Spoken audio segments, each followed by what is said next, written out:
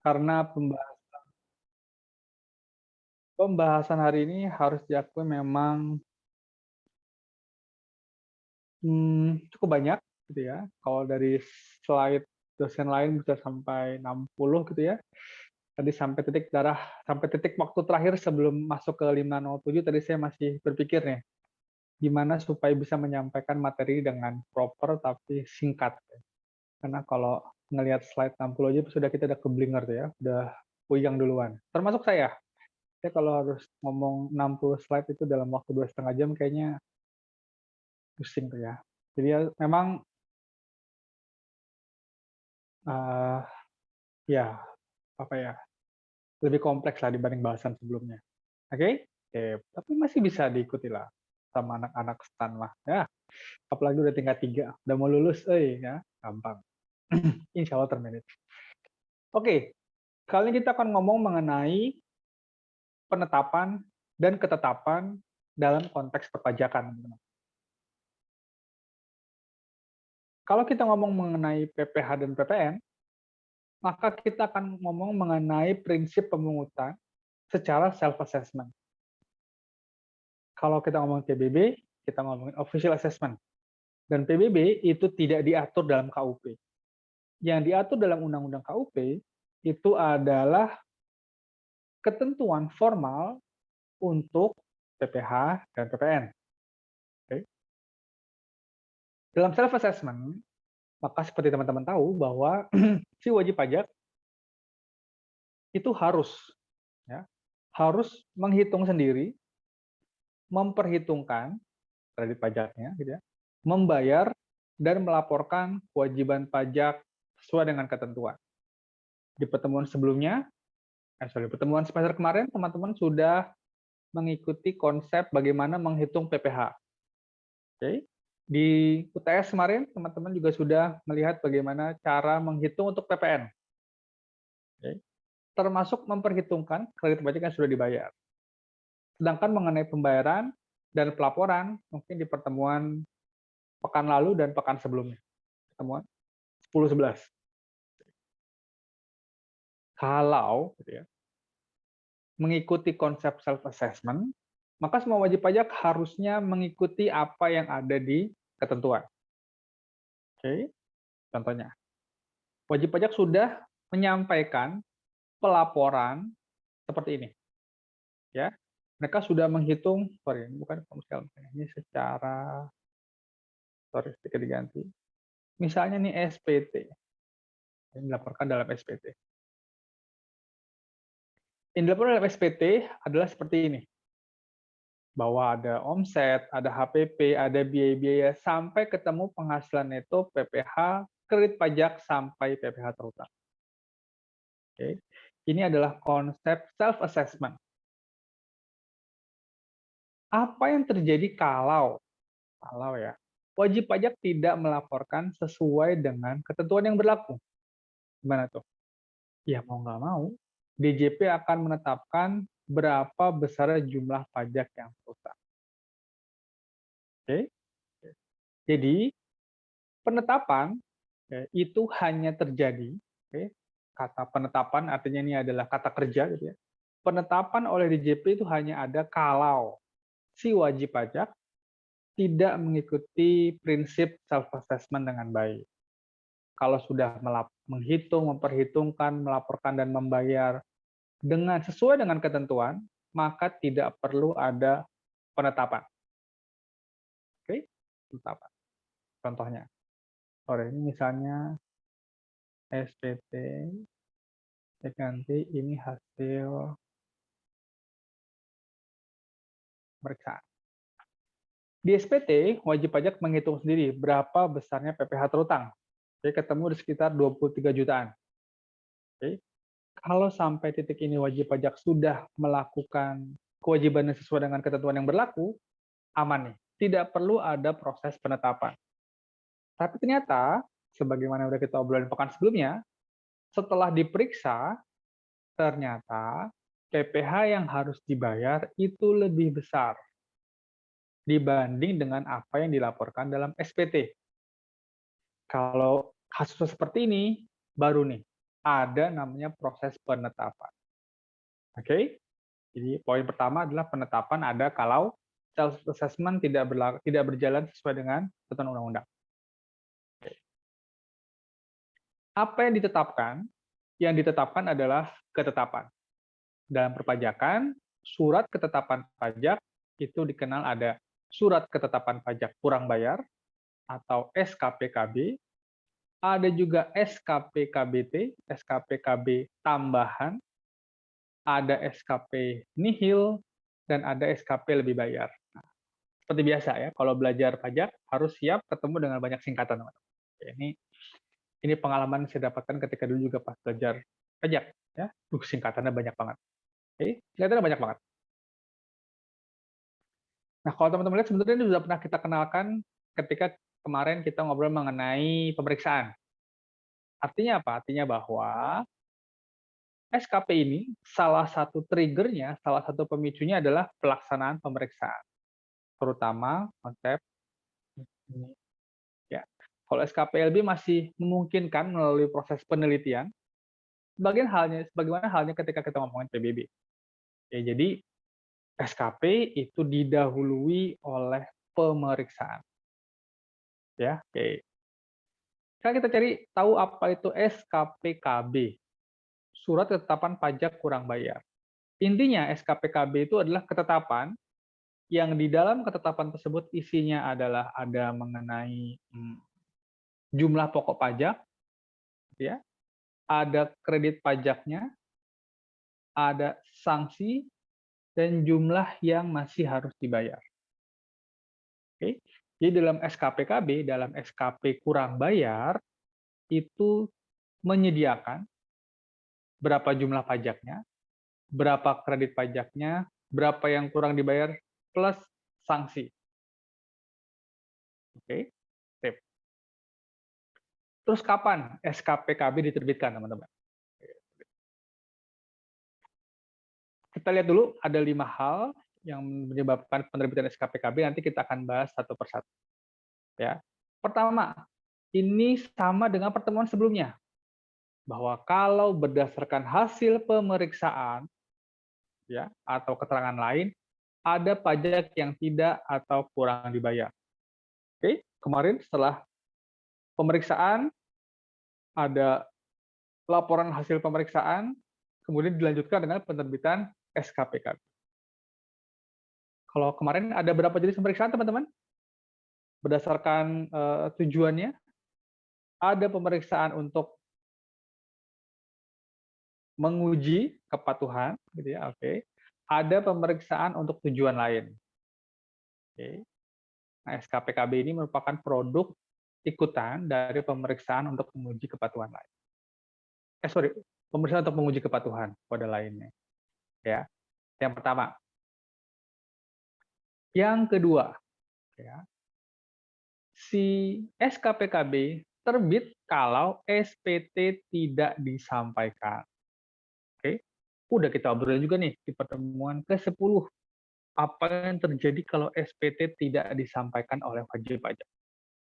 Ya, kalau tidak disampaikan, maka harus ada penetapan. Kenapa? Karena Fiskus tidak tahu bagaimana cara menghitung si pajak terutang dari wajib pajak. Ya, masih ingat ya, mudah-mudahan CPT kan harus disampaikan. Kalau disampaikan, ada sanksinya. Oke, ini akan relate gitu ya, akan berhubungan dengan pembahasan kita sebelum. C, ini lebih balik ke ketika sebelum UTS gitu ya. Ini ngomongin mengenai PPN. Kalau ada kompensasi yang tidak seharusnya dilakukan atau salah dalam menerapkan tarif 0%. Well, untuk sementara PPN saya bilang kita udah dapat lah di UTS. Ya, jadi mungkin saya tidak terlalu fokus dalam membahas skema mengenai KUP, ngobrol mengenai PPN. Ya, karena ya meringankan beban kita lah ya. Oke. Kita lihat yang D. Yang D ngomong mengenai penerbitan SKPKB karena kewajiban sebagaimana dimaksud dalam pasal 28. Tentang apa teman-teman pasal 28? Tentang pembukuan atau pencatatan. Oke. atau pasal 29 yaitu tentang pemeriksaan, gitu ya, tidak dipenuhi. Dia nggak bikin pembukuan atau pencatatan. Atau mau diperiksa, dia menolak, tidak diberikan akses, tidak diberikan data informasi yang dibutuhkan, dan seterusnya. Itu pun nanti juga terbitnya SKPKB. Oke. Terakhir, kalau kita mundur sampai pertemuan ke-8, ya, maka kalau ada wajib pajak yang sudah seharusnya punya NPWP, tapi nggak mau NPWP, atau PKP yang sudah misalnya di atas 4,8 M tapi tidak mau dikukuhkan sebagai PKP, nanti akan diberikan pengukuhan secara jabatan. Oke. Itu pun juga akan dikeluarkan produk atau ketetapan hukum berupa SKPKB. Oke. Udah kita obrolin semua nih, ya. Transaksi apa? Kejadian-kejadiannya sudah kita obrolin di pertemuan-pertemuan sebelumnya. Oke, sambil refresh. Oke. Kan yang pertama, sekarang kita ngobrolin mengenai SKPKB karena pemeriksaan. Oke. SKPKB karena pemeriksaan. Apa aja tuh? Ya. Di obrolan kemarin, di pertemuan sebelumnya, kita bilang bahwa kalau ada yang diperiksa, ini contoh yang sama, ini saya copy paste dari slide sebelumnya, pertemuan sebelumnya, bahwa kalau ada yang diperiksa, terus kemudian ketahuan ada pajak yang kurang bayar atau tidak dibayar, maka akan diterbitkan SKPKB, ya, dan kena denda sesuai dengan pasal 13 ayat 2.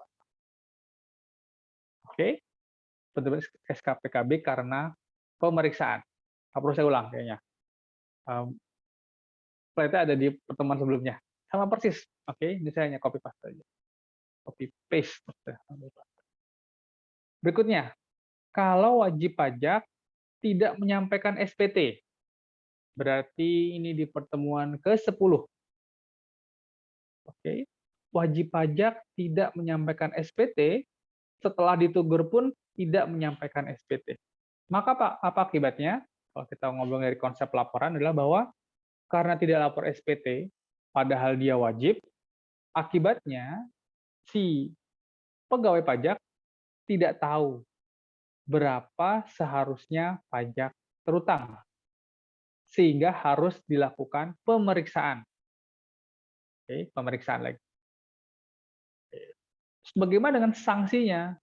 Kalau ada wajib pajak tidak menyampaikan SPT, ya, maka sanksinya menggunakan tabel yang di sebelah kiri. Oke, ingat bahwa ini adalah rumusnya, teman-teman. Sedangkan kalau kita mau melihat berapanya, kita akan mengacu pada tarif KMK setiap bulannya. Ini adalah contohnya. Oke, kalau tidak menyampaikan SPT, ya, maka kena pasal yang mana nih? 19, pasal 8, ayat 2, pasal 8 ayat 5, pasal 13 ayat 2, atau pasal 13 ayat 3? Kena pasal yang pasal 13 ayat 3. Oke, ini karena sudah disampaikan sebelumnya gitu ya. Terasa sudah waktunya teman-teman nih bisa membaca tabel ini. Oke. Oke. Karena ini adalah tidak menyampaikan SPT, maka nanti dendanya dikenakan denda pasal 13 ayat 3. Oke. Kalau pemeriksaan yang ini, dendanya pasal berapa? Pasal 13 ayat 2. Apa beda 13 ayat 2 sama 13 ayat 3? Beda satu ayat, Pak. Oke. Sip. Setuju. Oke. Ya. Next. Ini soal PPN tadi. Kita coba skip aja dulu. Yang keempat, penerbitan SKPKB, ya, kalau kewajiban sebagaimana dimaksud dalam pasal 28, tentang apa teman pasal 28? Pembukuan pencatatan, Mbak. Oke, pembukuan pencatatan atau ketentuan pasal 29, which is tentang Pemeriksaan, Pak. pemeriksaan. Oke, sip. Ya, tidak dipenuhi, oke, maka ini juga diterbitkan SKPKB setelah dilakukan pemeriksaan tentunya. Oke, sip. Bagaimana dengan sanksinya? Ya, karena SKPKB tadi ada jumlah pokok, ada jumlah kredit pajak, ada jumlah sanksi dan berapa yang harus dibayar. Maka dalam hal tidak menyampaikan SPT atau tidak membuat pembukuan atau tidak memenuhi ketentuan sebagaimana dalam prosedur pemeriksaan, maka menggunakan ketentuan yang sama dengan tidak penyampaian SPT. Sehingga juga menggunakan pasal 13 ayat 3. Sama-sama pemeriksaan nih? Iya, sama-sama pemeriksaan. Jadi bedanya apa nih? Kapan kita pakai tarif pasal 13 ayat 2, dan kapan kita bilang ini pemeriksaan menggunakan pasal 13 ayat 3. Kalau pasal 13 ayat 2, yang nomor 4 ini teman-teman, ya, itu kita pakai kalau pemeriksaannya berjalan normal. Normal dalam arti buku dikasih, pencatatan dikasih, informasi disediakan, dan seterusnya, terus ketemu berapa kurang bayarnya. Normal. Ya. Tapi kalau akses nggak dikasih, mau pemeriksaan ditolak, dan seterusnya, okay, maka itu kita bilang bahwa dia tidak melakukan kewajiban sebagaimana dimaksud dalam pasal 29. Sehingga kita pakai tarif yang nomor 5, pasal 13 ayat 3B. Oke? Oke. Sip.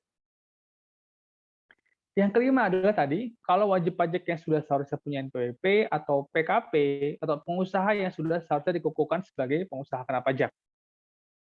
Kalau dia tidak mau, maka dia akan dikenakan sanksi sesuai dengan ketentuan yang sudah pernah kita bahas di pertemuan 8.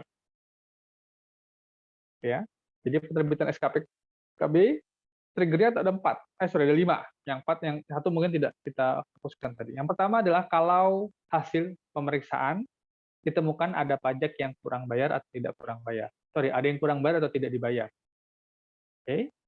Yang kedua, berdasarkan pemeriksaan SPT tidak disampaikan oleh wajib pajak, bahkan sampai setelah ditegur. Apakah melalui pemeriksaan juga? Melalui pemeriksaan juga, sampai ketemu SKPKB. Hanya saja bedanya, ya, sekarang SKP-nya itu hasil pemeriksaan karena tidak menyampaikan SPT. Oke. Yang berikutnya karena ada kompensasi PPN atau tarif 0% yang salah terapan. Oke. Yang keempat, kalau wajib pajak tidak melaksanakan kewajiban pembukuan atau wajib pajak tidak melakukan prosedur pemeriksaan dengan benar. Bisa dia menolak pemeriksaan, bisa dia tidak memberikan akses, tidak memberikan informasi yang dibutuhkan, dan seterusnya. Pertemuan kemarin. Yang terakhir, yang kelima adalah kalau wajib pajak diterbitkan NPWP atau dikukuhkan PKP secara jabatan. Oke? Sip. Lanjut kalau gitu. Kapan boleh terbitin SKPKB? Teman-teman. Kapan SKPKB harus diterbitkan? Itu dalam jangka waktu 5 tahun setelah saat terutangnya pajak atau berakhirnya masa atau tahun pajak. Oke. Jadi kalau lewat dari itu sudah tidak boleh lagi terbit SKPKB. Nah, SKPKB ini kalau tidak diterbitkan dalam 5 tahun, maka besaran pajak dalam SPT menjadi pasti. Apa tuh maksudnya menjadi pasti? Maka sudah dianggap sesuai dengan ketentuan. Misalnya, saya sudah nyampein SPT sejak tahun 2014. Oke. Saat ini SPT tahun 2014 saya dibilang itu sudah pasti benar. Kenapa? Karena dalam jangka 5 tahun setelah masa tahun pajak tersebut berakhir, tidak diterbitkan SKPKB. Ya. Oke. Tambahan di Undang-Undang Cipta Kerja itu menyatakan bahwa 5 tahun itu kalau sudah lewat, itu masih boleh lagi diterbitkan SKPKB. Kapan? Kalau si wajib pajak dipidana di bidang perpajakan. Oke? Nah, di Undang-Undang Cipta Kerja ini ada tambahan nih, bahwa kalau belum melewati daluarsa penuntutan selama 10 tahun aja loh, ya. Kalau udah lewat dari itu K tetap tidak bisa. Meskipun demikian, teman-teman, ini saya juga masih menunggu ketentuan turunan dari Undang-Undang HPP. Di Undang-Undang Harmonisasi Pengaturan Perpajakan, ketentuan ini belum nyantol nih di Undang-Undang susunan dalam satu naskahnya. Tapi di Undang Cipta Kerja udah ada. Oke, kita masih menunggu ketentuan pelaksanaan. Ilustrasi gini ya, misalnya tahun pajak PPh Badan tahun pajak 2018. Oke, nah kapan dia berakhir tahun pajak tahun 2018, teman-teman? Tahun pajak 2018. Oke, kapan berakhirnya tahun pajak 2018 itu?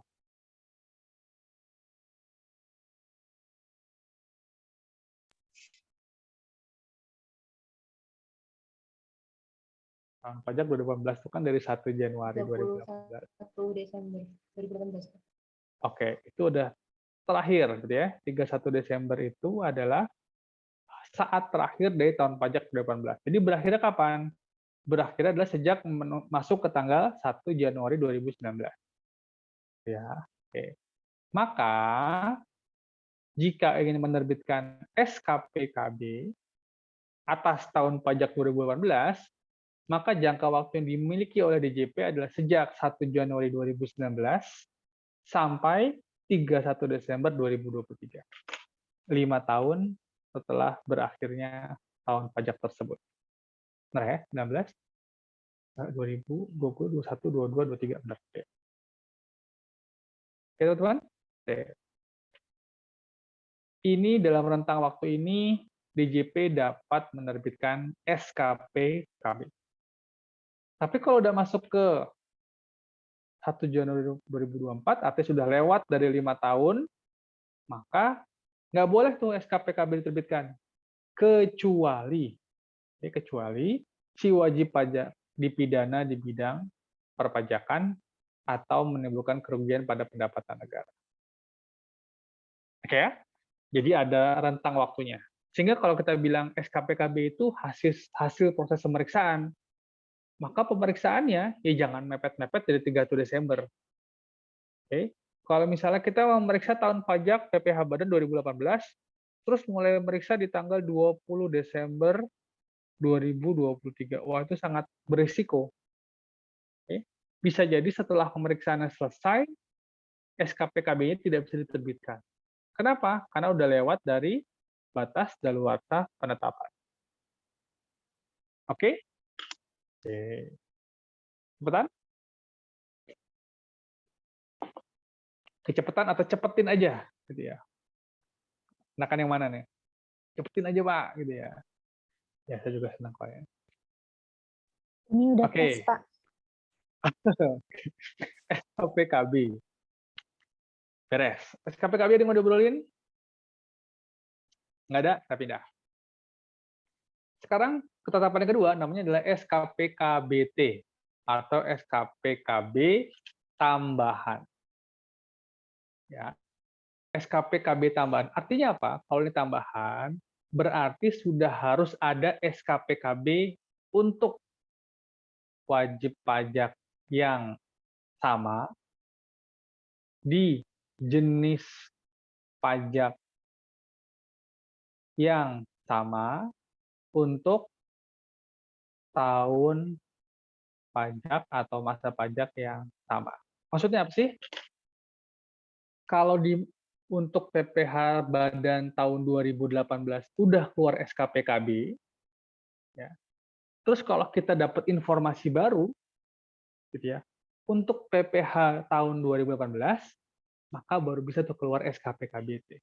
Artinya apa? SKPKB tambahan ini hanya dikeluarkan setelah ada SKPKB sebelumnya untuk wajib pajak yang sama, jenis pajak yang sama, tahun pajak yang sama. Gampang ya? Oke. Jadi kalau kemarin ada wajib pajak kena SKPKB untuk PPh Badan tahun 2018, maka kalau setelah itu diperiksa PPN masa Juni 2018, yang keluar tetap SKPKB. Ya, jadi itu WP yang sama, jenis pajak yang sama, dan tahun pajak yang sama, baru bisa dikasih SKPKB tambahan. Berbeda dengan SKPKB, di mana sanksi dikenakan menggunakan tarif acuan, Kalau SKPKBT agak kejam nih, bukan kejam ya, agak tinggi lah ya nilai sanksinya. Karena sanksi yang dikenakan adalah sebesar 100% dari selisih SKPKB dan SKPKBT. Oke, kebayang? SKPKB 100 juta, SKPKBT 50 juta. Maka dendanya adalah 50 juta dikali 100%. Oke. Informasi tambahan adalah kalau si wajib pajak melakukan apa? Pengungkapan dosa, gitu ya. Sebelum pemeriksaan itu dilakukan, maka dia tidak kena denda. Contoh, ini ada pemeriksaan. Oke. Setelah pemeriksaan, maka akan diterbitkan apa? SKPKB misalnya. Ternyata hasil pemeriksaan menyebabkan hutang pajak bertambah. Keluar SKPKB. Kalau setelah keluar SKPKB, wajib pajak, aduh, kayaknya ntar bisa ada tambahan lagi informasi yang ketahuan nih, ya. Maka dia bisa nih bilang di sini melakukan apa? Pengungkapan ketidakbenaran perbuatan. Pengungkapan. Kalau dia mengungkapkan di sini sebelum ada pemeriksaan untuk menerbitkan SKPKBT, maka denda 100%-nya nggak kena, teman-teman. Oke. Tapi kalau sudah dilakukan pemeriksaan kedua, untuk wajib pajak yang sama, jenis pajak yang sama, dan tahun pajak yang sama, maka sudah tidak bisa dilakukan. Nanti yang terbit adalah SKPKBT. Waduh, tulisannya bagus banget ya. SKPKBT. Oke. Intinya adalah SKPKBT harus didahului dengan SKPKB. Untuk wajib pajak yang sama, jenis pajak yang sama, dan tahun pajak yang sama. Oke, di sini? Oke. Terus kapan bisa terbit SKPKBT? Dalam hal apa? Dalam hal si wajib pajak, si fiskus atau DJP itu menemukan data baru terkait pemeriksaan yang sudah dilakukan sebelumnya. Oke, jadi kalau ada data baru yang ditemukan, maka si pegawai pajak, si fiskus, boleh menerbitkan SKPKB. Contohnya, dalam pemeriksaan sebelumnya, gitu ya, wajib pajak katanya sudah menyampaikan semua catatan mengenai penjualan. Oke. Kemudian dapat data baru nih dari customer-nya. Ada penjualan yang belum dilaporkan dalam pembukuan si perusahaan. Padahal SKPKB sudah terbit. Maka boleh nih hasil data tersebut digunakan untuk pemeriksaan lagi untuk penerbitan SKPKBT lagi. Jadi kalau data baru, ya ini seakan-akan bilang, ini WJP ini udah dihukum gitu ya, tapi masih belum jujur. Oke, maka kena, bukan hukuman ya, kena sanksi yang berikutnya. Dan itu lebih besar sanksinya. Oke, kita coba ilustrasinya.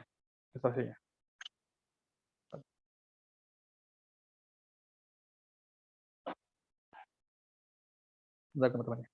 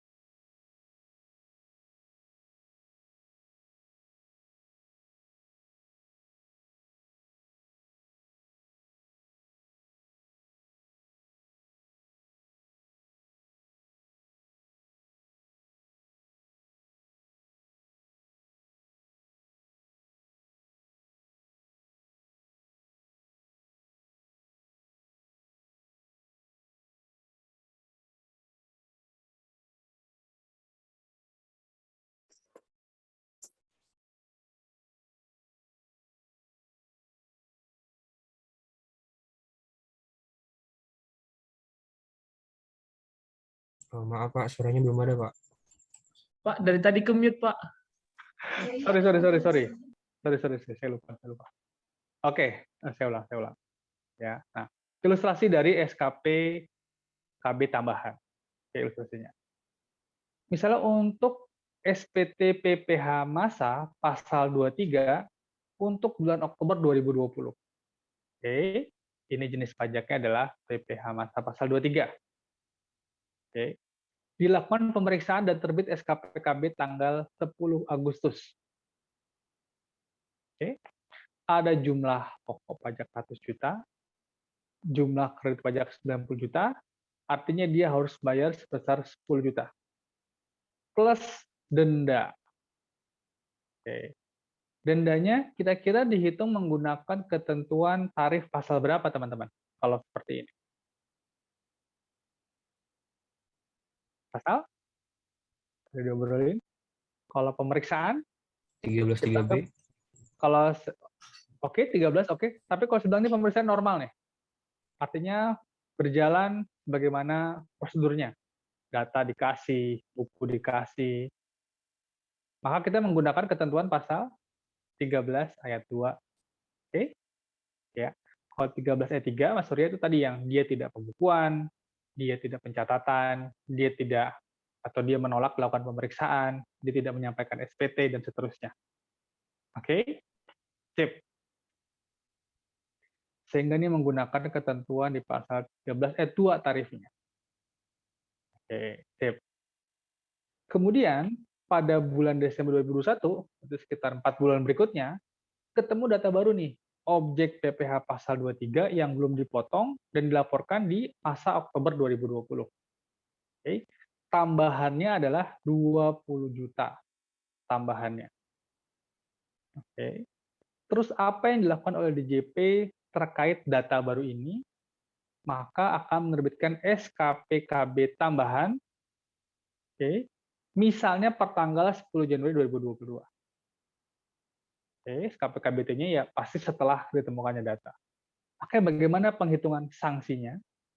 Oke, maka kalau ada tambahan 20 juta, maka akan dikenakan sanksi 100%, oke, SKP KB tambahan persen, sehingga ada tambahan yang harus dibayar sebesar 40 juta. Oke, kelihatan ya? Kalau SKP KB tadi sudah dihitung, kalau SKP KBT seperti ini. SKP KB serasa pemeriksaan sudah kita obrolin di pertemuan sebelumnya, ya, mengenai cara menghitung sanksinya. Oke, di obrolan mengenai pemeriksaan sudah sempat kita hitung, kita cicil kemarin. Oke.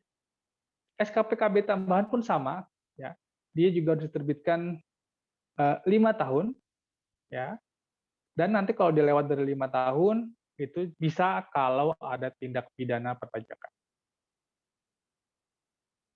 Oke? Oke, sama ketentuannya. SKP KB dan SKP KBT. Sehingga dalam melakukan pemeriksaan gitu ya, maka DJP itu punya timeline. Jangan sampai pemeriksaan itu dilakukan mepet-mepet dengan 5 tahun daluarsa ini. Kalau mepet-mepet, nanti SKP KB maupun SKP KBT-nya jadi tidak bisa diterbitkan.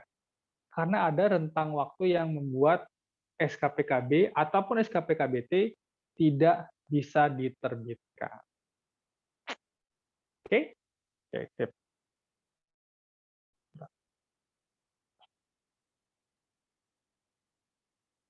Berikutnya, Pak, SKP. maaf Pak. Oh ya, silakan. Saya izin bertanya. Ini kan kalau misalnya itu kan tergantung pelaporan itu pelaporan, aduh apa istilahnya Pak? Pelaporan wajib pajak ya Pak. Nah jadi itu kan baru bisa keluar SKP KB sama SKP KBT kalau misalnya ada pemeriksaan gitu Pak. Nah otomatis kalau misalnya dia nggak bisa terbit SKP KB seperti yang Bapak bilang tadi itu ada nggak Pak? Maksudnya tuh sanksi ke WP-nya gitu Pak? Atau itu cuma semata-mata kerugian di pihak DJP, kerugian di pihak negara gitu Pak? Ya, gue sih tanya nih. Jadi apa yang terjadi kalau setelah 5 tahun gitu ya, padahal dia ada pajak yang harusnya dibayar, tapi tidak dilakukan pemeriksaan. Itu kan berarti ya, apakah nanti si wajib pajak bisa dikenakan sanksi yang lain? Ya jawabannya enggak. Oke. Misalnya perusahaan untuk tahun pajak 2018 sudah menyampaikan SPT sesuai dengan ketentuan, artinya lapor tepat waktu. Ya, sesuai dengan ketentuan formal, lapor tepat waktu. Kemudian selama 5 tahun, dari 2019 sampai 2023, nggak ada pemeriksaan, nggak ada penerbitan SKPKB, dan nggak ada penerbitan SKPKBT. Padahal si perusahaan ini menyembunyikan sesuatu yang seharusnya dikenakan pajak. Oke. Baru ketahuannya di 2024. Misalnya 1 Januari 2024 baru tahu, libur ya, tanggal 2 deh. Oke. Terus gimana? Itu namanya adalah kelalaian dari tugas pajak. Wajib pajaknya dianggap sudah pasti, seperti saya bilang. Balik sebentar. Kalau sudah lewat 5 tahun, ya, saya bilang pasti. Nah, kalau sudah lewat 5 tahun dan tidak ada SKP, maka besarnya pajak terutang menjadi pasti. Maksud pasti di sini adalah menjadi dianggap benar, sesuai dengan ketentuan yang ada. Oke, Pak Jeng? Jadi, apakah ada sanksi lain? Ya nggak ada. Apakah negara rugi? Jawabannya iya. Seandainya sampai daluarsa penetapan, si wajib pajak atau si pegawai si DJP tidak berhasil menerbitkan SKPKB. Oke, makanya kalau ngobrol sama pemerintah itu pasti mereka ada JT, jatuh tempo. Kenapa? Karena mereka dikejar deadline. Oke, setiap SPT yang memenuhi kriteria kemarin tuh, apa aja SPT yang harus kriteria? SPT lebih bayar, kan gitu ya. SPT rugi, SPT yang tidak disampaikan, itu kan harus diperiksa tuh. Ya. Jadi banyak Pak harus diperiksa. Ya sebenarnya banyak, meskipun sudah ada purposive sampling gitu ya, meskipun sudah dibuat berdasarkan analisis risiko, tetap aja masih banyak. Dan jawabannya iya, negara yang jadi rugi. Kecuali si perusahaan ini nih, gitu ya, dia punya tindak pidana di bidang perpajakan untuk tahun pajak. Ketahuan tiba-tiba, wah bukan cuma salah itu, tapi sengaja misalnya ya, ketahuan sengaja menyampaikan atau membuat faktur pajak fiktif. Nah, baru nih, semangat langsung memeriksa, wah ini dia nih. Berarti bisa kita buka lagi nih dosa-dosa tahun 2008. Kira-kira seperti itu. Tapi kalau dia tidak melakukan tindak pidana perpajakan, ya udah ditutup. Case close. Terima kasih, Pak. Oke, sip. SKPKB tambahan. Sampai sini? Cukup? Oke, lanjut. Yang berikutnya adalah SKPLB. Oke. SKPLB ini suatu penetapan pajak lebih bayar. Kapan dia timbul? Itu adalah kalau hasil pemeriksaannya atau hasil penelitian menyatakan bahwa kredit pajaknya terlalu besar. Kredit pajaknya lebih besar dibanding pajak terutang. Contohnya seperti ini. Ya. Bedanya dengan SKPKBT maupun SKPKB adalah SKPLB ini memungkinkan dia tanpa melalui proses pemeriksaan, teman-teman. Bagaimana di PBB? Di PBB pun proses penelitian bisa menghasilkan SKPLB. Ya, sama. Di KUP juga memungkinkan seperti itu. Untuk wajib pajak tertentu, tanpa melalui pemeriksaan, bisa diterbitkan SKP lebih bayar. Oke. Berikutnya, SKP nihil. Nah, apa nih maksud SKP nihil? SKP nihil ini adalah produk dari pemeriksaan kalau pemeriksaan tidak dapat menambah jumlah pajak yang terutang. Misalnya, saya ganti lagi. Ya. Ini maksudnya SPT, ini hasil pemeriksaan. Ya. Di SPT, wajib pajak nulis sesuai dengan kolom 1 ini. Kemudian, ada kecurigaan. Wah, nggak mungkin nih, wajib pajak sebesar ini, masuk utang pajaknya cuma 23 juta, ya, masuk PPh kurang bayar 23 juta, maka dilakukan pemeriksaan.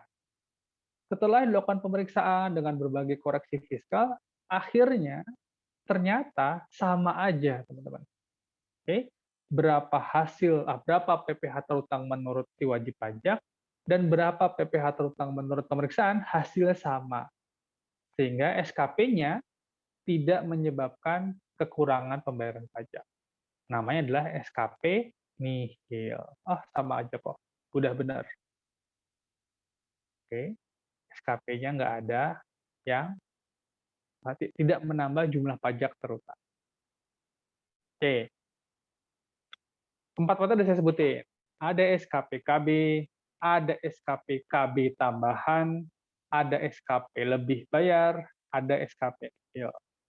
Secara pendek saya bisa bilang bahwa SKP ini gitu ya, sebagian besar itu merupakan produk dari pemeriksaan. Oke, pemeriksaan yang mana nih? Itu pemeriksaan untuk menguji kepatuhan. Oke, tarik mundur. Pemeriksaan menguji kepatuhan ini dilakukan kapan? Kalau ada indikasi self-assessment oleh wajib pajak, yaitu menghitung, memperhitungkan, membayar, dan melaporkan oleh wajib pajak, tidak dilakukan sesuai dengan ketentuan yang ada. Oke, jadi ada sebabnya. Kalau semua wajib pajak patuh, maka nggak laku. SKP nggak laku. Ya bisa disebut SKPLB ya. Oke. Sampai sini oke? Kamu tanyain? Lanjut? Lanjut. Oke, lanjut. Kalau gitu. Selain surat ketetapan pajak, ada satu jenis ketetapan pajak yang lain, teman-teman. Yang namanya adalah surat tagihan pajak. Bedanya dengan SKP adalah STP ini diterbitkan bukan hasil dari prosedur pemeriksaan. Oke? Berarti STP ini bukan merupakan produk dari pemeriksaan. Pemeriksaan, mungkin LHP, hasilnya adalah SKP. Tapi kalau STP bukan. Oke. Terus STP ini kapan diterbitkan? Kalau tadi SKP, kalau surat ketetapan pajak diterbitkan dalam hal ada pemeriksaan, gitu ya, atau ada dalam hal ada permohonan lebih bayar, maka kapan nih STP diterbitkan? Oke. STP diterbitkan kalau ya pajak penghasilan dalam tahun berjalan tidak atau kurang dibayar, tapi bukan melalui pemeriksaan. Contohnya, jadi ada contohnya sih di slide berikutnya ya. Mengasih gambaran yang sederhana dulu, misalnya si Adi gitu ya, pas bikin SPT, dia bikin SPT-nya kurang bayar 20 juta, misalnya. Ya, sudah lapor 20 juta, tapi di pembayarannya itu hanya bayar 5 juta. Oke, maka ada kekurangan 15 juta yang belum dibayar. SPT-nya benar, SPT-nya lengkap, tepat waktu, gitu ya. Tidak ada indikasi harus dilakukan pemeriksaan, tapi dia kurang bayar.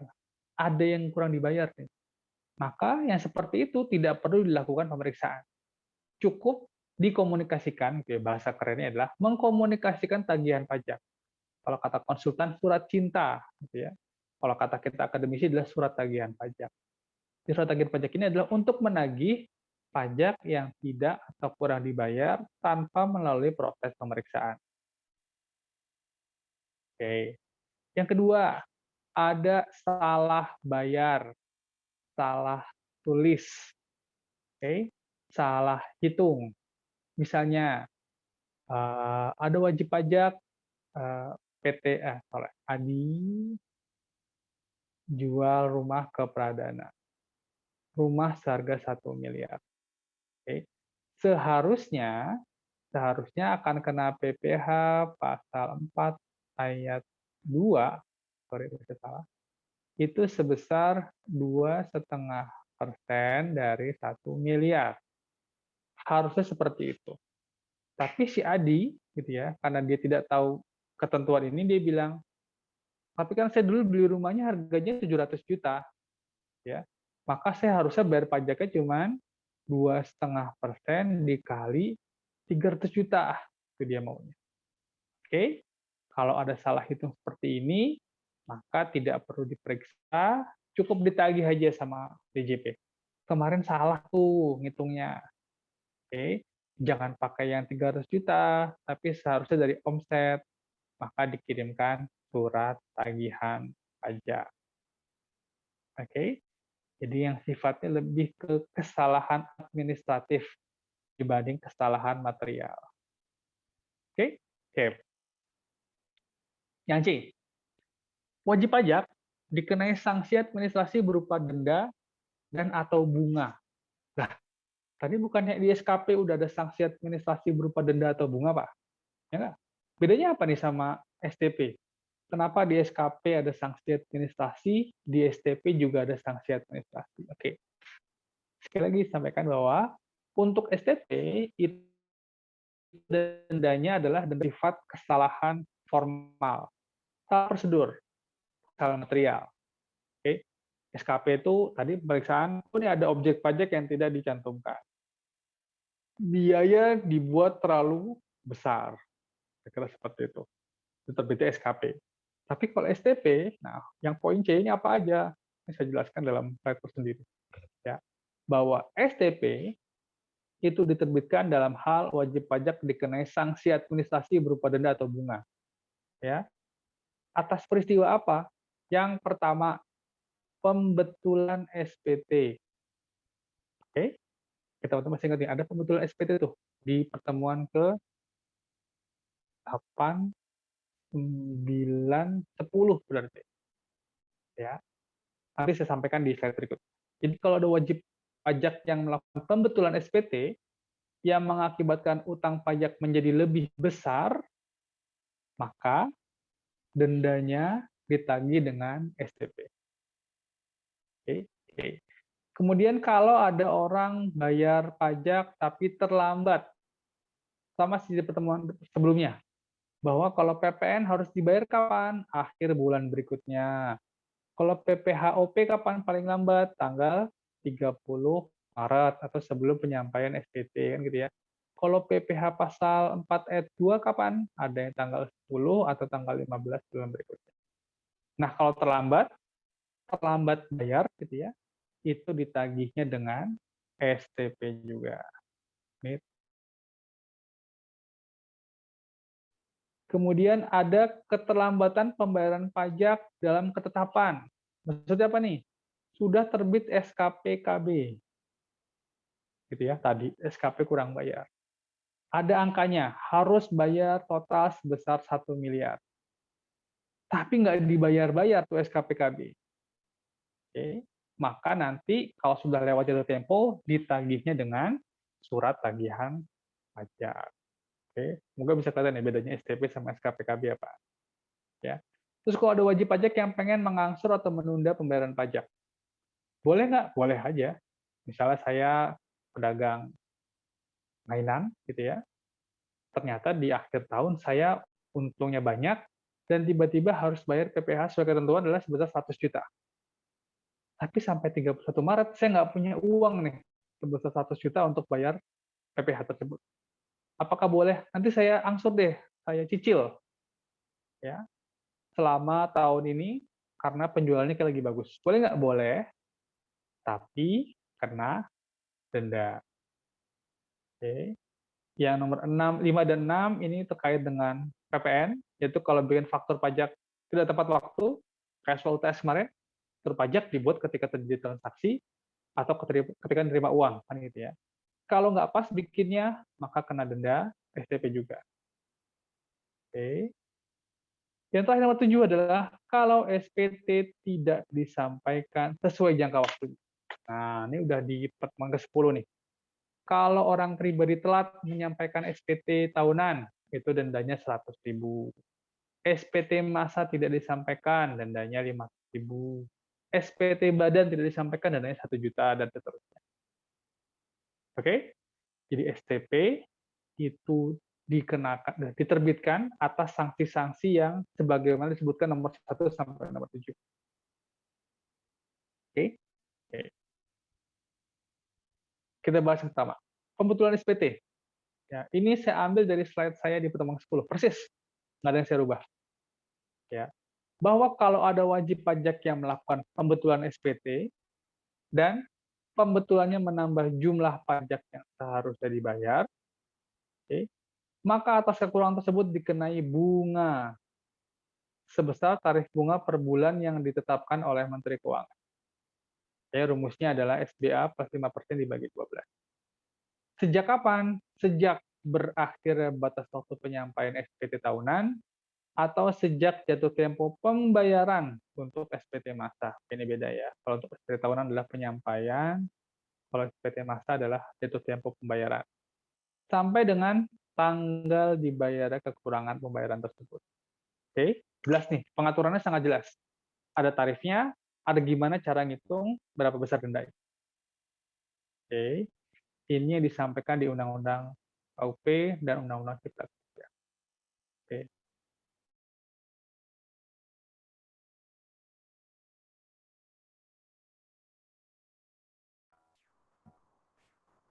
Teman-teman, saya mati. Bentar ya.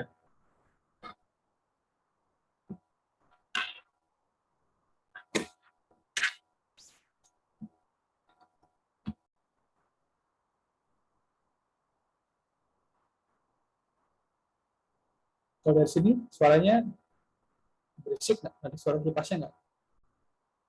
Enggak, Pak. Oh, enggak, oke. Sip. Saya-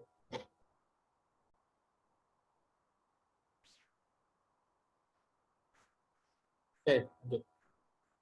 Ilustrasinya gimana? Oke.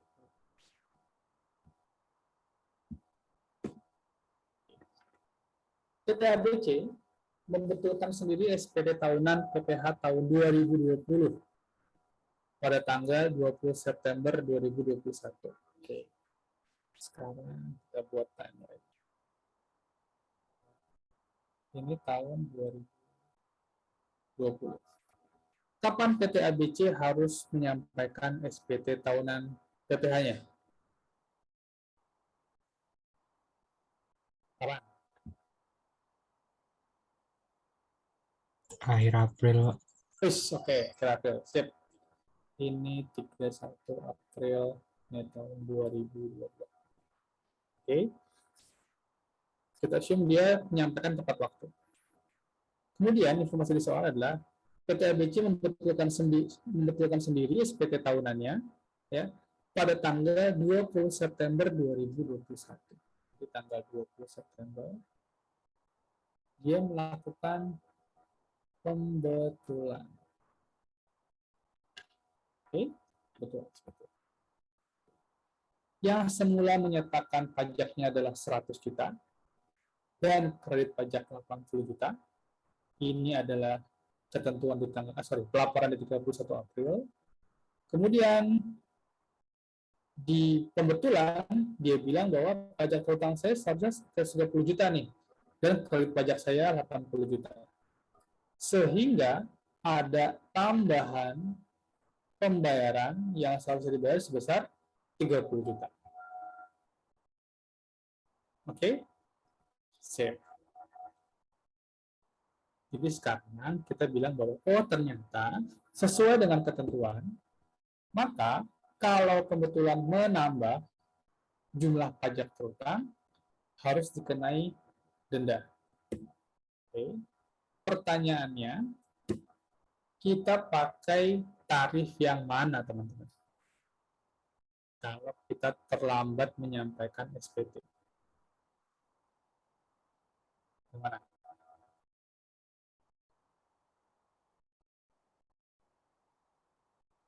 Ada ingat? Ada Yang 13 ayat 2, Pak. 13 ayat 2. 13 ayat 2 itu untuk pemeriksaan, Mas Bro. Ingat tadi, kalau kita ngomong 13 ayat 2, kita pasti ngomong tentang pemeriksaan. Nih, di sini. Oke, kita pasti ngomong tentang pemeriksaan. Ini SKPKB.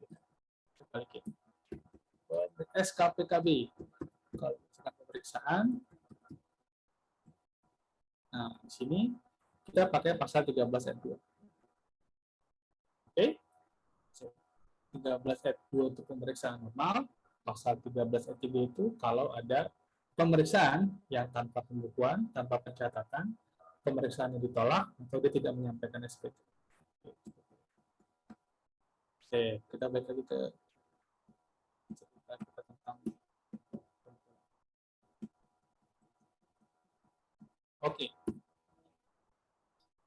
Pasal 8 ayat 5 ini pernah kita pakai nih. Suatu saat lah ketika kita ngomongin pembetulan ketidakbenaran penyampaian SPT.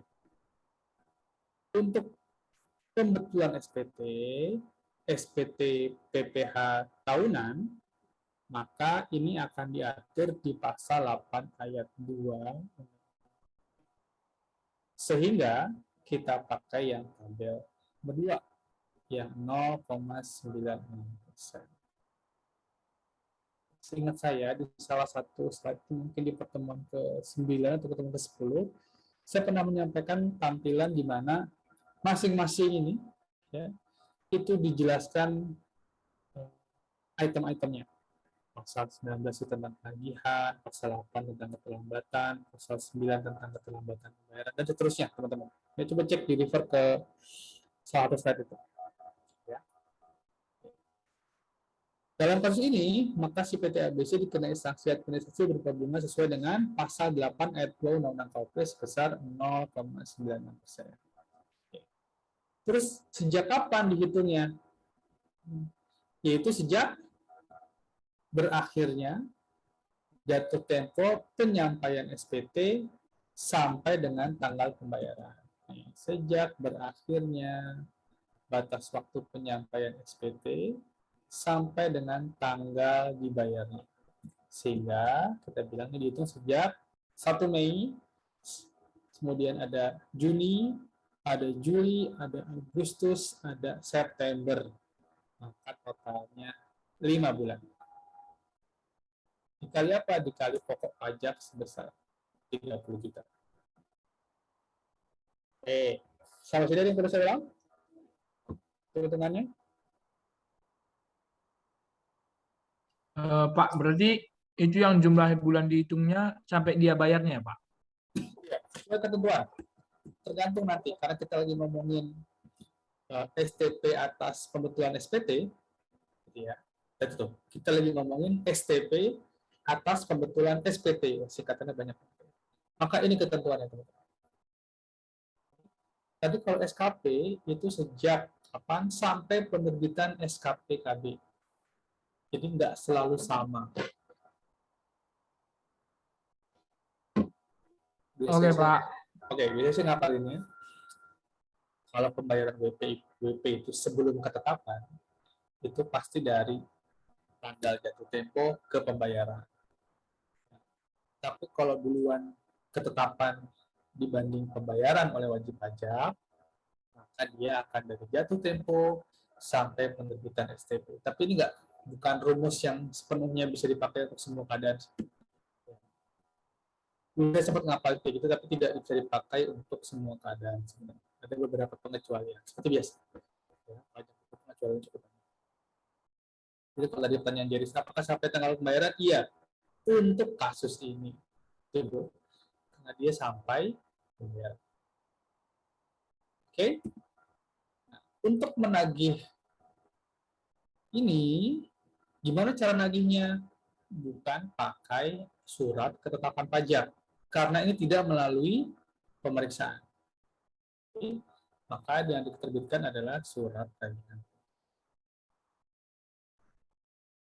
Oh iya, satu lagi. Perhatikan bahwa tarif yang dipakai adalah tarif sejak pertama kali, gitu ya, sanksi dihitung. Jadi misalnya di sini saya tampilkan tabel dari bulan Januari 2021 sampai Desember 2021, maka sanksi yang digunakan adalah sanksi sejak pertama kali sanksi itu dihitung berapa bulan. Maka saya pakai di sini adalah tarif sejak 1 Mei 2021 sampai 31 Mei 2021.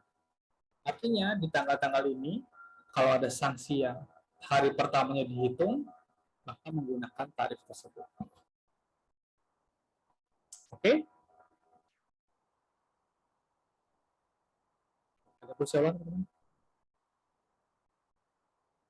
Ada. Oke. Lanjut ya. Oke. Ilustrasi kedua. Tuan A menyampaikan SPT tahunan OP untuk 2020 pada tanggal 17 Juli 2021. Kurang bayar 1 juta sudah dibayar pada tanggal 16 Juli 2021. Oke. Dia kena sanksi apa aja, teman-teman?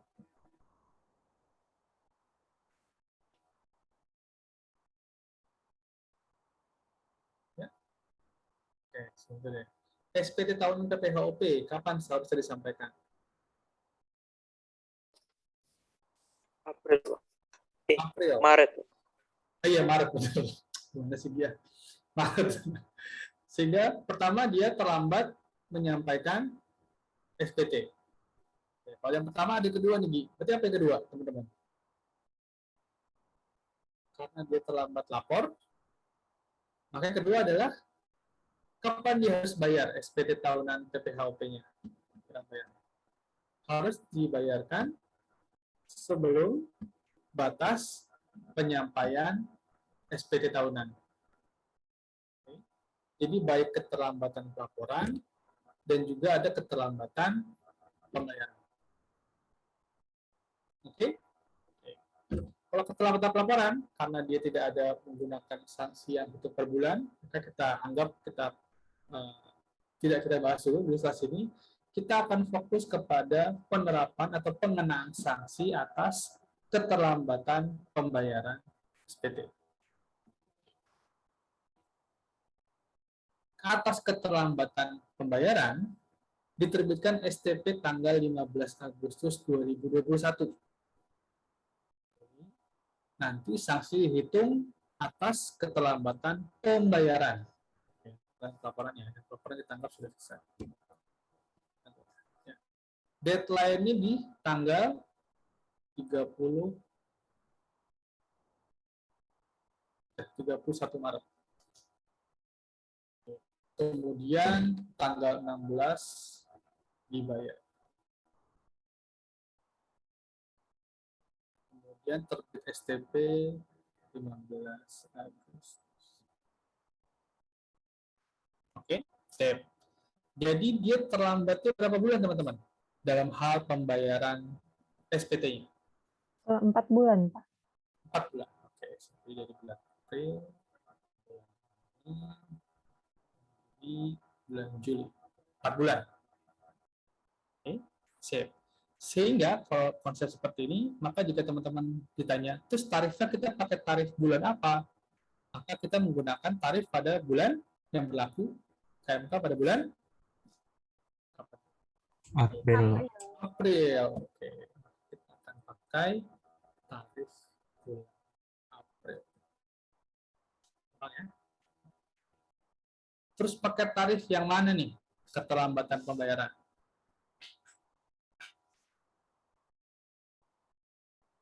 Terlambat pembayaran menyampaikan SPT tahunan. Pasal 9 ayat 2B, Pak. Pasal 9. Ya, sip. Oke, setuju saya. Berarti kita pakai yang oke, kita cara itu nanti adalah 0,97% dikali 4 dikali 10 juta. Ini adalah sanksi yang ditagih dalam STP.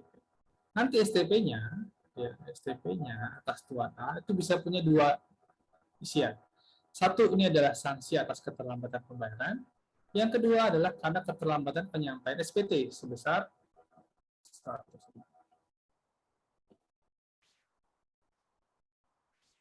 Ya. Sip. Ada bisa ulang? Oke, kita lanjut. Sekarang kita lihat yang PPN. Saya nggak akan ngomong mengenai ketentuan materialnya, tapi lebih ke ketentuan formal. Ini di sini ada perusahaan menyampaikan SPT masa PPN masa pajak Oktober pada tanggal 5 Desember 2020. Jumlah kurang bayarnya 1 juta. Dilunasi tanggal 5 Desember juga. Kemudian diterbitkan STP pada tanggal 20 Januari 2021. Berarti ini ada STP tanggal 20 Januari 2021. Kapan seharusnya PTB menyampaikan SPT masa PPN untuk Oktober 2020? kapan dia harus menyampaikan? Akhir SPT masa November PPN. 2020, Pak. Oke, harusnya di sini. Biasa menyampaikannya di sini, tapi kemudian si PTD menyampaikan tanggal 5 Desember. Baru menyampaikan dan bayar di tanggal 5 Desember 2020. Seperti biasa, untuk keterlambatan pelaporan, kita bungkus dulu, karena dia tidak ada penghitungan tarif bulanannya. Kemudian untuk kurang bayar, kan seharusnya disampaikan paling akhir bulan berikutnya, sama kayak penyampaian SPT. Maka dalam hari ini dikenai keterlambatan SPT masa pasal 9 ayat 2A. Untuk bulan apa? Ya karena cuma sebulan, otomatis dia pakai NTC. Oke, 0,9. Dan tinggal 0,94% dikali 1 bulan. Apakah pokok 1 juta ditagih lagi dalam SPT? Jawabannya enggak. Karena sejutanya sudah dilunasi. Sehingga yang ditagih di STP itu hanya apa? Hanya sanksinya aja. Dan sanksi oke. Tarik napas dulu, tarik napas dulu. Sudah terlalu penuh informasinya? Belum lah ya. Cukup banyak. Oke, itu kan 1 semester. Ada persoalan, teman-teman? Belum ada, Pak. Oke, siap. Semua disampaikan. Sudah terima. Oke, kita lanjut. Kita lanjut. Tinggal 7 slide lagi. 8. Ini STP. STP ini tadi pertama adalah kalau ada PPh yang tidak atau kurang dibayar. Yang B dari hasil penelitian terdapat kurang bayar. Yang C tadi kita jelasin. Kalau ada sanksi administrasi berupa apa? Terlambat bayar, terlambat lapor, kebetulan SPT dan seterusnya, itu ditagihnya pakai STP. Ada beberapa hal lagi teman-teman, yaitu DEF. Tapi DEF ini sebenarnya ketentuan formal mengenai PPN yang mungkin tidak menjadi fokus pembahasan mereka. Contohnya yang D. Ini ada wajib pajak yang sudah ditetapkan sebagai PKP, tapi nggak bikin faktur pajak. Sempat waktu, pernah denda nggak? Denda. Ya. Pengusaha sudah ditetapkan sebagai PKP, tapi mengisi faktur nggak lengkap. Di UTS kemarin, faktur pajak yang lengkap itu apa? Yang ada nama pembeli, NPWP pembeli, kecuali faktur pajak retail ya. Ada barang apa yang dijual, berapa DPP-nya, dan seterusnya. Atau melaporkan tidak sesuai dengan masa. Tapi untuk kelas ini, untuk pembahasan di sini saya anggap ini saya skip. Untuk mau yang berminat ngobrolin, nanti setelah kelas ini kita telepon-teleponan. Kalau nggak WA-an aja. Ya, jadi untuk rekan kita nih untuk sementara yang DEF ini saya anggap sudah dibahas ketika UTS. Karena ngobrol mengenai ketentuan formal di bidang PPN. Oke? Oke. SKP beres. STP juga beres. Jadi STP itu haus kayaknya saya. Bedanya apa SKP sama STP? Kalau SKP itu didahului sebagian besar melalui proses pemeriksaan dan untuk menagih pokok pajak dan juga sanksi atas kesalahan atau ketidakbenaran dalam pemenuhan kewajiban perpajakan secara material, sedangkan STP ini sifatnya lebih untuk kesalahan yang sifatnya prosedural.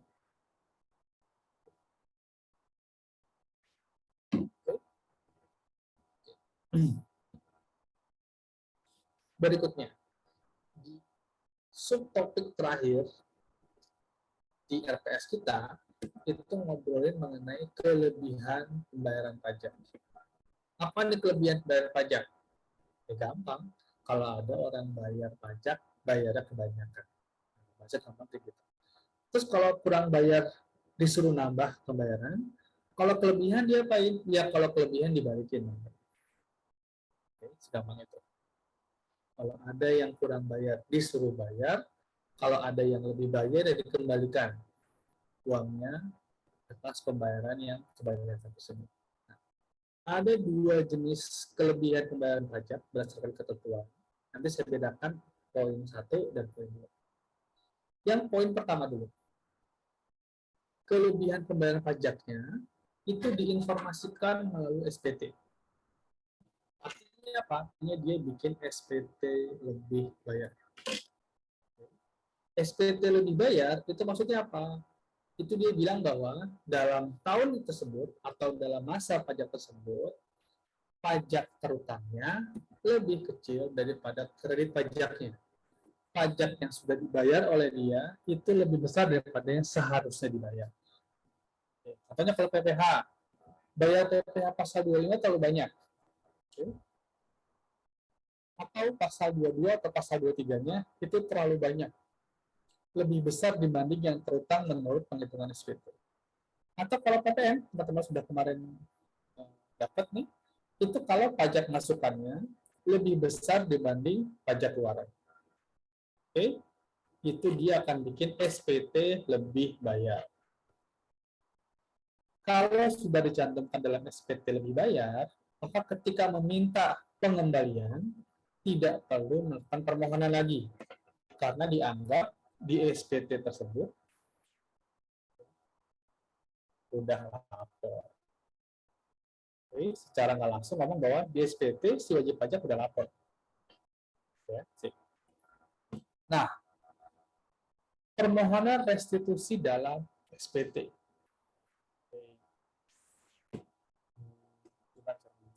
Itu ada 3 jalur, teman-teman. Ada 4 sih, cuman yang keempat mungkin saya acukan dulu. Ada 3 jalur. Yang pertama saya bilang ini jalur WP normal. Yang ini adalah WP khusus yang punya fitur atau memiliki fasilitas. Ya. Kita lihat dari jalur yang normal dulu. Ketika ada wajib pajak meminta restitusi, atau dalam lain wajib pajak menulis atau menyampaikan SPT lebih bayar, kalau dia adalah WP normal, maka dia akan diperiksa. Sama, ini berhubungan dengan apa yang kita sebutkan sebelumnya. Pemeriksaan untuk menguji kepatuhan. Salah satunya adalah jika wajib pajak menyampaikan SPT lebih bayar. Oke, saya tinggal dibuka nanti slide di bidang di materi pemeriksaan. Jadi kalau ada SPT lebih bayar, itu diperiksa. Ini kalau WP normal. Pemeriksaan tersebut harus selesai 12 bulan sejak permohonan diterima. Maksudnya apa? Sejak SPTLB disampaikan. Ingat, pemeriksaan berarti ada jangka waktu misalnya untuk kantor 6 bulan. Maka 6 bulan setelah SPT, WDJP atau ada LB harus segera diperiksa tuh.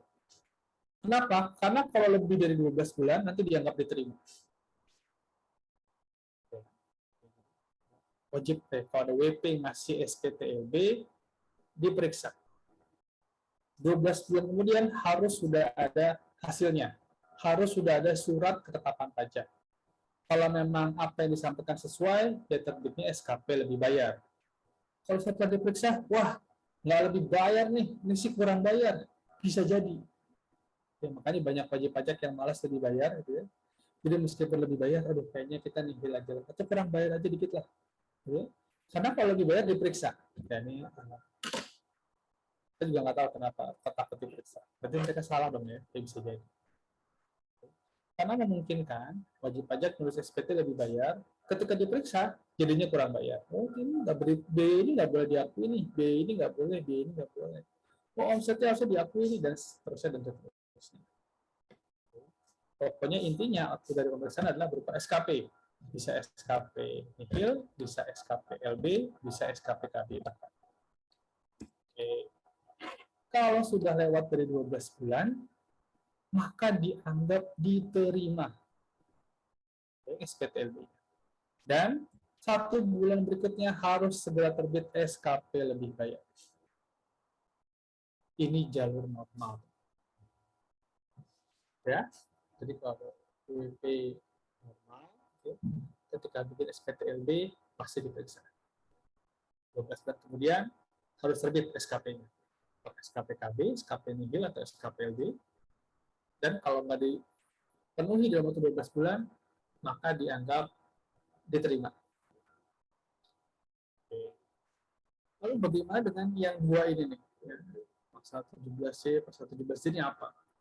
Ini adalah wajib pajak yang punya fasilitas khusus dalam hal pengembalian kelebihan pembayaran pajak. Oke, silakan. Jadi dia tidak melalui pemeriksaan, teman-teman. Meskipun SPT-nya SPTLB, tapi tidak diperiksa. Cuman diteliti aja. Penelitian itu ngapain sih? Cuma ngasih tahu apakah dia sudah cocok atau belum. Ya. Dokumennya SPT sudah benar atau belum. Lampiran-lampirannya sudah cocok atau belum. Apakah dia sudah mencantumkan dokumen-dokumen diperlukan, dan seterusnya. Jadi nggak perlu pemeriksaan, nggak perlu datang ke kantornya, nggak perlu dimintain data, cuma melihat kelengkapan administrasi aja. Dan selain tidak diperiksa, dia juga punya prioritas dalam hal pengembalian kelebihan pajak. Bahkan cuma dikasih waktu 3 bulan DJP untuk segera mengembalikan jenis pajak PPh atau 1 bulan untuk PPN untuk menerbitkan yang namanya panjangnya surat keputusan pengembalian pendahuluan kelebihan pajak panjang, ya, singkatan SKP PKP. Oke. Jadi bedanya adalah kalau yang normal itu pakai pemeriksaan dengan jangka waktu yang lebih lama. Kalau wajib pajak spesial ini mereka nggak perlu waktu yang lama, ya, dan tidak perlu proses pemeriksaan. Meskipun kalau di kemudian hari ditemukan wajib pajak tersebut melanggar ketentuan di pasal 17C dan 17D, maka dia bisa diperiksa. Masih pertanyaan berikutnya, apa sih ini? WP dengan kriteria tertentu sama persyaratan tertentu itu? Kali, sebenarnya nanya. Kalau nanya juga nggak apa-apa sih. Apa nih WP kriteria tertentu? Ya. Secara singkat, ya, maka saya bisa bilang bahwa yang namanya WP kriteria tertentu itu yang pertama, dia selalu tepat waktu dalam menyampaikan SPT. Oke. Kalau dia mau masuk ke pasal kriteria pasal 17C tadi, maka dia harus tepat waktu dalam menyampaikan SPT tahunan maupun SPT masa. Singkatnya seperti itu. Tidak punya utang pajak untuk semua jenis pajak. At least sampai 31 Desember tahun terakhir. Kecuali yang diperbolehkan untuk nyicil. Ya. Terus laporan keuangannya juga sudah harus diaudit selama 3 tahun terakhir. Dan ini artinya semua persyaratannya harus dipenuhi, teman-teman. Dan dia tidak pernah terlibat dalam tindak pidana perpajakan yang sudah diberikan putusan. Oke. Jadi ini WP-WP suci lah. Ya. WP-WP yang anak baik-baik. Maka dia dapat apa? Oh ya, wajar lah kalau dia dapat fasilitasnya enggak. Oke. Udah nggak boleh tunggakan, menyampaikan kalau tepat waktu, laporan keuangannya rapi, dan tidak pernah ada pidana perpajakan. Oke, nyarat baik-baik. Nah, makanya dia masuk ke WP kriteria 17C. Ini kalau mahasiswa kayak Jaris lah. Ya, kira-kira seperti itu. Ya. Bagaimana dengan yang 17D? Kalau 17D, sama-sama dapat fasilitas, tapi namanya beda. Aduh, namanya sih sebenarnya sejujurnya tak oke banget. Kalau saya pertama kali tadi pusing banget dengan kriteria tertentu sama persyaratan tertentunya apaan sih gitu ya. Tapi kata-kata seperti itu, teman-teman. Saya harus menyampaikan. Ada kriteria tertentu, yang ini persyaratan tertentu. Apa aja persyaratan tertentu? Yang pertama, kalau dia adalah WPOP karyawan. Oke. Jadi kalau WPOP karyawan maksudnya persyaratan tertentu. Yang kedua, WPAP pengusaha atau pekerja bebas, tapi memintanya atau minta restitusinya itu paling banyak hanya 100 juta. Oke, datanya. Oke.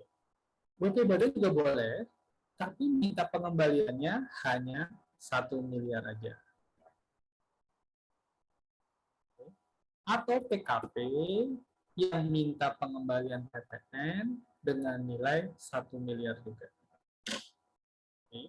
Jadi wajib pajak yang tadi anak baik-baik, ya, dan wajib pajak 17D yang resikonya kecil banget nih, bukan kecil, yang mintanya nggak terlalu banyak, yang memungkinkan untuk segera diberikan tanpa melalui proses pemeriksaan. Kelihatan ya, kenapa mereka dapat fasilitas. Meskipun demikian, kalau misalnya tiba-tiba kalau kita ngomong 17C gitu ya, kalau tiba-tiba ada wajib pajak yang dalam satu waktu tertentu dia tidak memenuhi ketentuan ini, dia bisa diperiksa. Ya, makanya harus dijaga, di-maintain, supaya selalu masuk dalam WP kriteria tertentu. Dan ini ditetapkan, teman-teman. Ya, ada listnya di setiap KPP. Oh, wajib pajak ini memohon untuk ditetapkan sebagai kriteria tertentu, maka dibuat listnya 17C. Dan juga kalau 17C mungkin bukan list, tapi dia dari permohonan. Kalau di SPTLB cuma minta 20 juta, ya diteliti aja. Yang minta 200.000, 50.000, ada loh teman-teman. Dan karena mungkin kebanyakan wajib pajak mikir kalau SPTLB 50.000 langsung dikasih saat itu juga mungkin. Mungkin nggak tahu kali ya, kirain pegawai pajak langsung saya SPTLB 50.000 nih, mungkin harapannya langsung dikasih gitu ya. Dan enggak sebenarnya. Kalau untuk yang kecil seperti ini, memang lebih cepat ketentuan pengembaliannya, hanya saja ya tetap harus ada prosedur. Oke? Oke. Jadi ada perbedaan antara WP normal dengan WP-WP yang spesial. Jangan bilang nggak normal ya, khusus lah, khusus. Karena mereka bisa punya fitur apa? Mereka punya fasilitas pengembalian yang lebih cepat. Ada lagi itu yang namanya PKP berisiko rendah. Ini adalah para PKP yang boleh minta pengembalian PPN dan dapat fasilitas cepat-cepat. Tapi saya skip. Ya. Kalau teman-teman ada yang pengen tahu ini apa, listnya seperti apa, bisa dilihat di sini. Ya, sudah saya kasih berikan referensinya. Jika ada yang ingin mencari tahu seperti apa PKP berisiko rendah yang mendapatkan fitur juga, mendapatkan percepatan pengembalian PPN, maka bisa dilihat.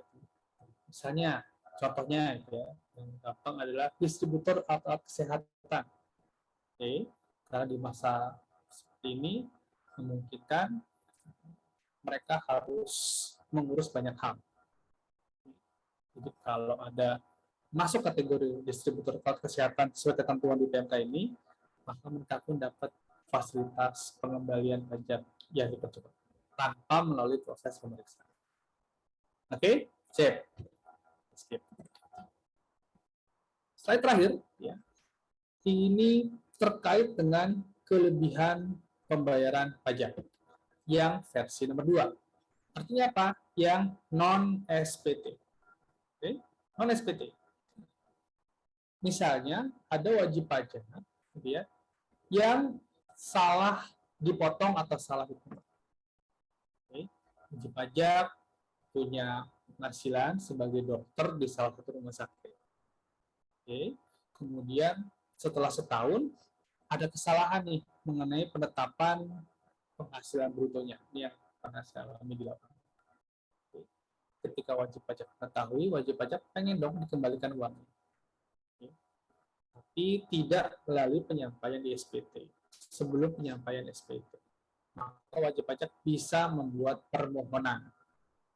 Okay? Dan permohonan seperti ini tidak melalui pemeriksaan.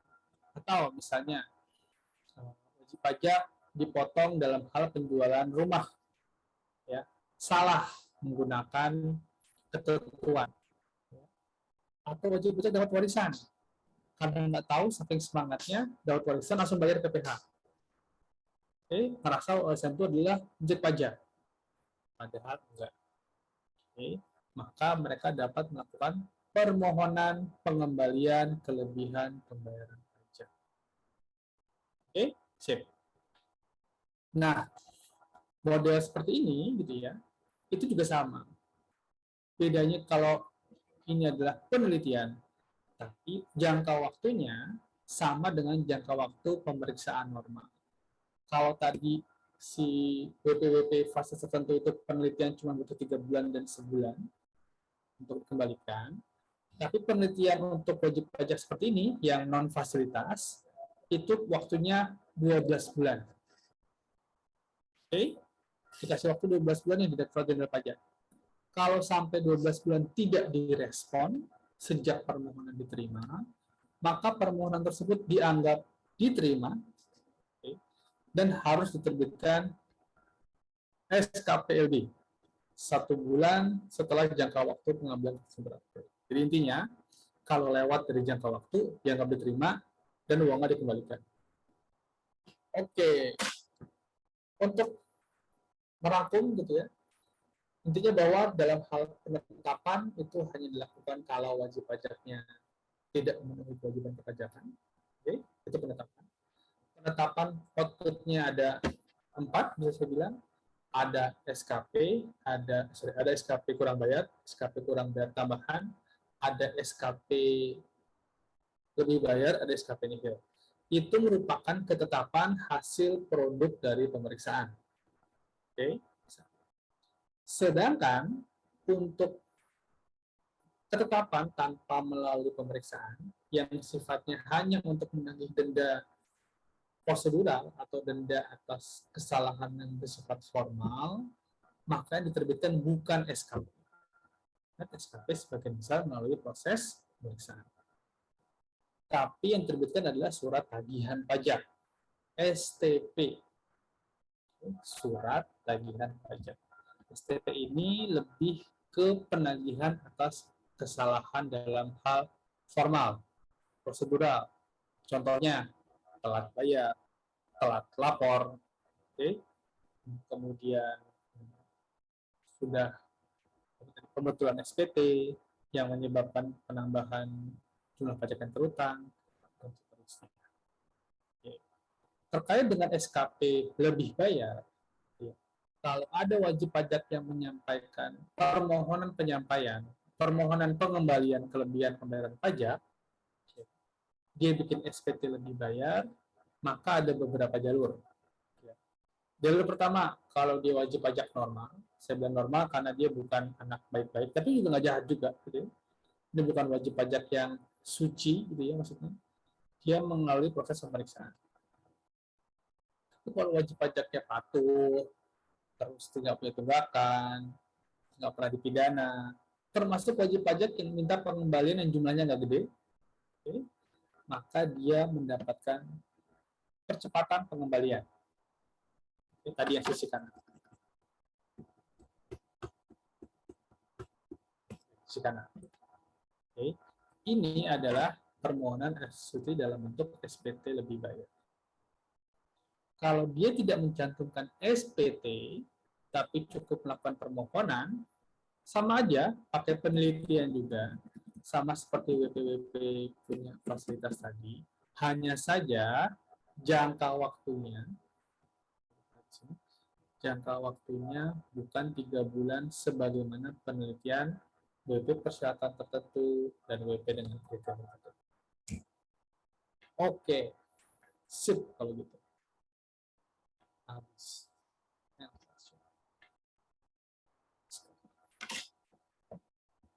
Teman-teman, ternyata lebih cepat dibanding yang saya harapkan. Yang saya perkirakan, diharapkan sih lebih cepat lagi ya, tapi daripada saya perkirakan lebih cepat.